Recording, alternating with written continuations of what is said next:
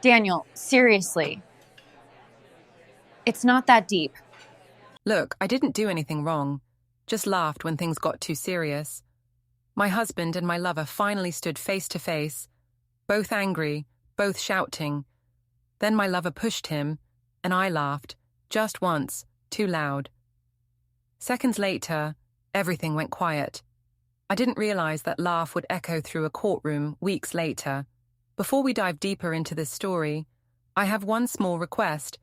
Please subscribe, drop a like, comment, and hit that hype button to boost this channel so more people can discover these incredible stories. It happened at the restaurant, Vera's Table, the place Daniel used to love.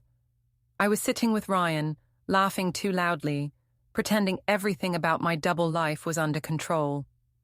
Then Daniel walked in. He looked tired, like he'd rehearsed this moment.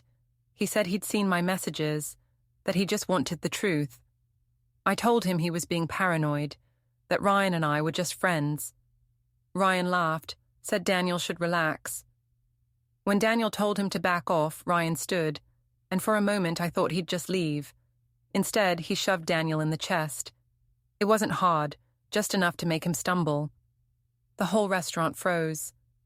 And I, like a fool, laughed. I laughed because it felt ridiculous, because I didn't know what else to do. Daniel looked at me like I was someone else. Then he straightened, adjusted his jacket, and walked out without saying a word. Ryan sat down, muttering that Daniel was pathetic. I told him to stop, but part of me liked hearing it. It made me feel powerful. That night, I went home to an empty bed and a message on my phone from an unknown number. You'll hear from me soon. Officially. The word officially echoed in my head until morning. I told myself he was bluffing, that he wouldn't risk losing me, but the silence that followed felt too careful to be anger. It felt like planning. The next few days, I told myself he'd calm down. Daniel had always been quiet, not the type to fight back. I told everyone he was dramatic, that he'd embarrassed himself in public. At work, I turned it into a story, how my husband stormed in and got jealous over nothing. People laughed. That helped for a while.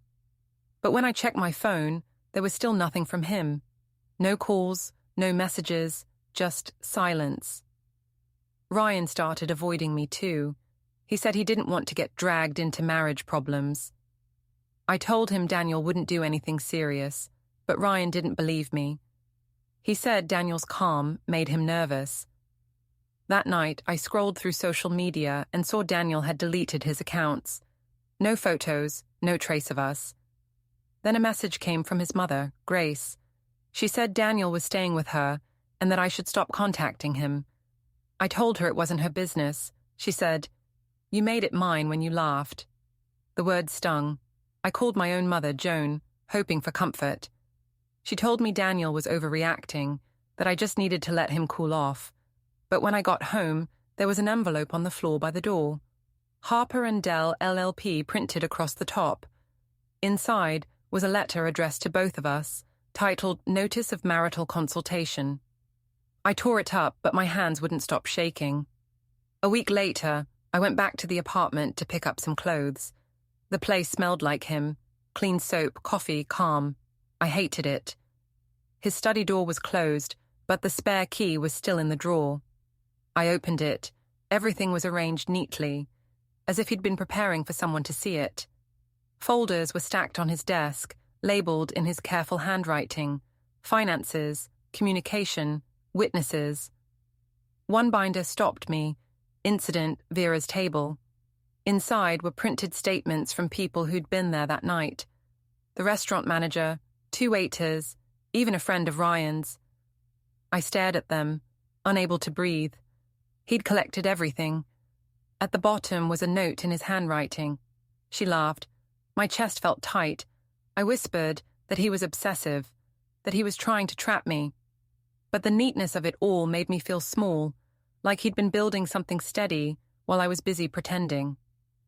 I left the study door open on purpose, wanting him to know I'd seen it. That night, I got a text from him. "Please don't enter my home again without permission." He didn't call it our home. just his. I replied, "You're being cruel."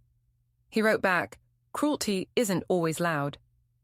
I stared at that message until the screen went dark. The next morning, I tried calling Ryan, but he didn't answer. When he finally texted, he said he wanted nothing to do with legal stuff. I asked what he meant, and he said Daniel's lawyer had called him for a statement. My stomach dropped. I told him to lie, to say it was all a misunderstanding. He replied, "I already told the truth. I'm done." I wanted to throw my phone. At work, I pretended nothing was wrong, but people had heard. A coworker asked quietly if it was true my husband was filing for separation. I laughed it off, said it was just talk. The laughter didn't sound like mine anymore. Later that day, a courier delivered an envelope. Inside was a formal mediation notice, Daniel versus Lila Gray. The hearing date was circled in red. I called my mother, panicking. She said he wouldn't go through with it, that I should hold my head high. But her voice lacked its usual certainty. That night, I drove past Grace's house and saw his car outside. The lights in the living room were on, shadows moving. Grace, Daniel, and someone else, probably the lawyer. They looked calm, almost peaceful. I sat there until the windows went dark. When I finally drove away, the anger I felt wasn't toward them. It was toward the silence that had taken my place. The mediation was held in a small, cold office downtown. I wore a navy dress and a forced smile. Daniel was already there with his lawyer, calm as ever. He nodded politely when I sat down, like I was a stranger. The mediator began by asking if we were willing to resolve things peacefully. I said I just wanted understanding. Daniel said, "I already have it." His lawyer opened a thick folder, spreading out papers, screenshots of my texts with Ryan, statements from the restaurant, even a printed email where I'd joked about having two men fighting over me. The mediator read in silence. I said those things didn't mean anything, that they were jokes.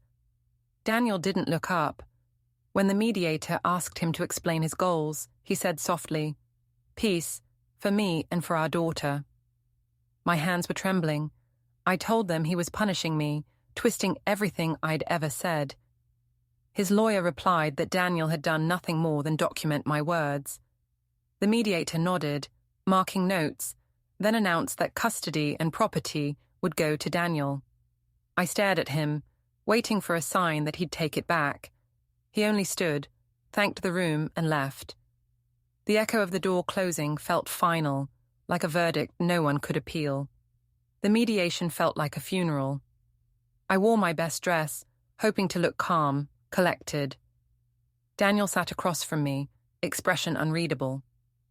The mediator asked if I wanted to begin, and I said yes. I told them everything had been misunderstood, that I never meant to hurt anyone, that laughter was just how I coped. My voice shook, but I smiled through it. Then his lawyer opened a folder thick with papers, screenshots of my messages, witness statements from the restaurant, even a copy of Ryan's testimony. Every word I'd laughed through was there, printed and highlighted. The mediator stayed quiet, reading. I said Daniel was making me out to be a monster. The lawyer said, "He's simply presenting facts." When the decision came, it was short and calm. Custody and assets to Daniel. Immediate separation. I couldn't breathe. I looked at him, waiting for him to show regret, but he didn't even glance my way. He stood, thanked the mediator, and walked out. The sound of his footsteps down the hall was steady, final. I wanted to shout something, anything, but for once, I couldn't find words that didn't sound like guilt. Don't forget to hit like, subscribe, and turn on the bell so you don't miss the next story. Write in the comments from which city you are watching.